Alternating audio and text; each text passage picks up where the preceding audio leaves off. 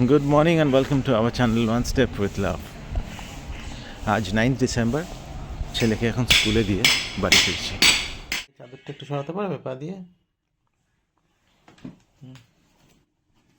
বেশ বেশ বেশ। আমি এখন জলখাবারটা খেয়ে নিচ্ছি, কারণ আমি এখন বেরোবো ছেলেকে আনতে। আর মধুরিমা উঠে চান টান সেরে একেবারে খাবে, ওর জন্য কর্নফ্লেক্স রেডি করাই আছে। কোনটা বলো? মেথি শাক তো দিলেই মেথি পাতা লাগিয়েছে আমার কাছে। মেথি শাক, এটা মাছের মাথা দিয়ে লাউ, ডাল আর চিতল মাছ।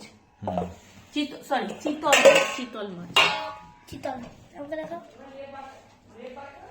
এই যে ঠান্ডা লেগেছে, শাল গায়ে দিয়ে বসে আছে, এখন খাবে। লাঞ্চ সেরে মা আর ছেলে আঁকতে বসলো। আমি ততক্ষণে পেয়ারাটা কেটে নিলাম, যাতে আঁকতে আঁকতে খাওয়াটাও হয়ে যায়।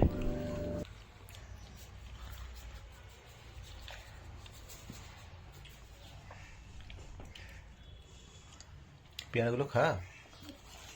তুমি ওষুধ খেয়েছো এক্ষুনি? তার জন্য খেতে পারবো না, ওরকম কোনো। তাহলে খাও।